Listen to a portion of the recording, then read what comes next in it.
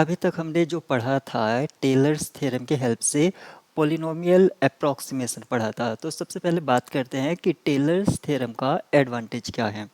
तो tailors theorem की help से हम किसी भी फंक्शन को, जो फंक्शन कंटिन्यूस हो और डिफरेंशिएबल है open and closed interval A B, और उसकी डिफरेंशियबिलिटी जो है एंड पॉइंट्स पर ना हो तो भी चलेगा।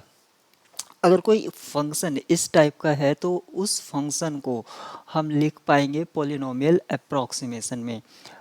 यानी कि किसी भी फंक्शन को, मैं उन फंक्शन की बात कर रहा हूँ जो कंटिन्यूस है over closed interval A B, closed interval A B, और डिफरेंशिएबल है ओपन इंटरवल ए बी पर।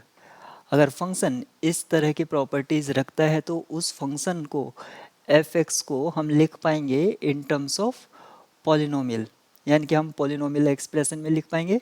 प्लस हमें जो मिलता है, क्योंकि ये अप्रॉक्सीमेशन है, तो आर एन एक्स टर्म भी मिलेगी जिसको हम एरर बोलते हैं।